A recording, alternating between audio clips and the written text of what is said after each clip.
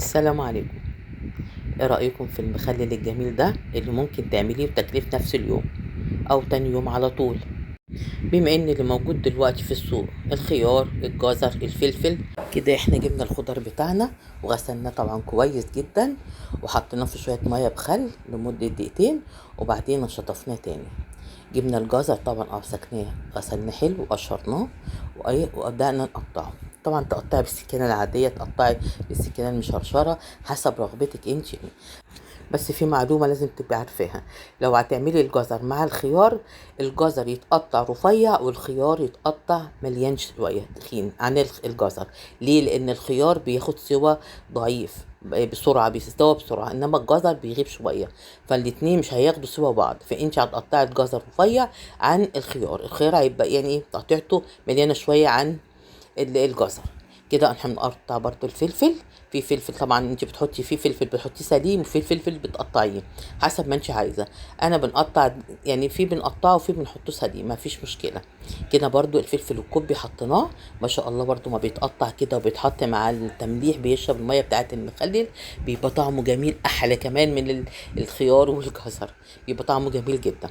كده احنا قطعنا الفلفل برضو الكوبي معانا. طبعا انا مقطعه اكتر من اللي انا مصوراه، بس انا عشان اخلص الفيديو يعني ما يطولش علينا. ده برضو الفلفل الحامي بنقطع برضو جزء منه، وفي جزء بنحطه سليم بنفتحه بس بنديله فتحه. ده هنا كنت عايزه اعمل حبه خيار لوحديهم كده هوت من غير التشكيله دهيت، فكده عملتهم في برطمان صغير كده مع بعض. كده احنا هنحطهم في البرطمان، وفي الاخر هنعمل الميه بتاعته.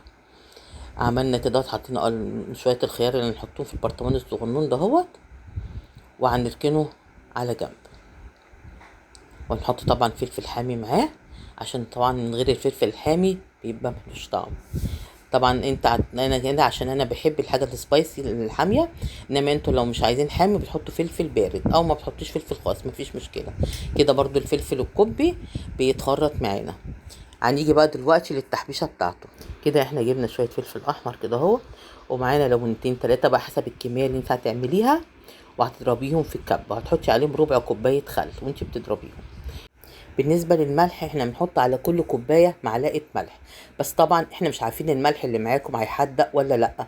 فانت بدل ما يعني كده حاطه 6 كوبايات فحطيت 4 معالق ملح، 4 معالق، وبعد كده اشوف الملح ادوقه اذا كان الملح حدق معايا ولا لا، لان في ملح بيحدق جامد وفي ملح ما بيحدقش اصلا، فنشوفه. طبعا احنا كنا حاطين ده معلقه سكر كبيره، نص معلقه كركم، هنا ملح ليمون بنحط نص معلقه ملح ليمون، هنا بنحط معلقه حبه البركه.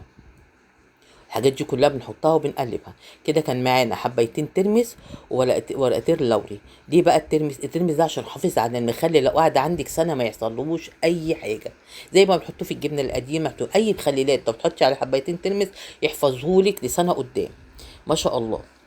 كده احنا الميه كانت بتاعتنا مغليه وحطيناها. لو انت عايزاه سريع بتحطي الميه تكون دافيه او سخنه، لو انت عايزاه يقعد معاكي شويه بتحطي الميه تكون بردت.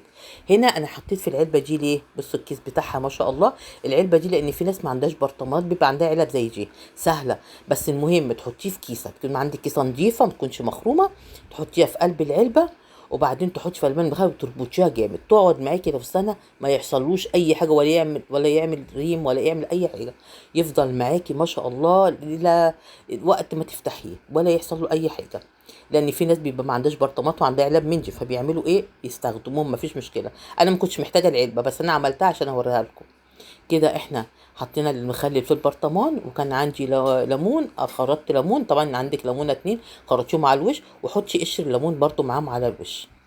كده دهوت البرطمان اللي احنا كنا حاطين فيه الخيار في الاول، جبنا له كوبايتين ميه مغليين برضو، وحطينا عليهم شويه خل صغيرين زي يعني 3 4 معالق خل، وهنا حطيت معلقه سكر وشعره ملح ليمون ومعلقه ملح. انا حطيت دومت كده يعتبروا معلقه كبيره، معلقه ملح وهنحطها. طبعا احنا هناخد كده الملح ده محدق الميه دهيت، فلو حتى زاد ميه مفيش مشكله، احنا كده اخدنا الملح بتاعنا المظبوط. كده حطينا البرطمان بالميه بتاعته، وهنبتدي نحط عليه سلوفانه ونقفله كويس. والمخلل بتاعنا جبنا له برده سلوفانه اهيت او كيس، وبتحطيه عليه وتقفليه. ما شاء الله المخلل كده ولا اروع. حطينا له كل الحاجات اللي تحفظه، اذا كان ملح ليمون او اذا كان حبايات الترمس او الخل السكر، الحاجات دي كلها بتبقى حافظه. بس الكيس ما شاء الله شكله جميل وبيقعد معاكي لو سنه سبتيه في قلب الكيس ما يحصلوش حاجه. بس طبعا ما نسيبوش ياما عشان ما يتهريش مننا. كده بقى المخلل بتاعنا تاني يوم. طبعا انا كنت عامله الميه لا سخنه ولا ساقعه، كانت دافيه بسيط. بعد ما غليتها وكنت سبتها تبرد، فكانت الميه يعني تعتبر دافيه بسيط. ما شاء الله المخلل ولا اروع من كده. تاني يوم كنا بناكل منه. اعملوه وربنا يحسن ما بين ايديكم. ولما عملتش اشتراك القناه يشترك عشان يوصلوا كل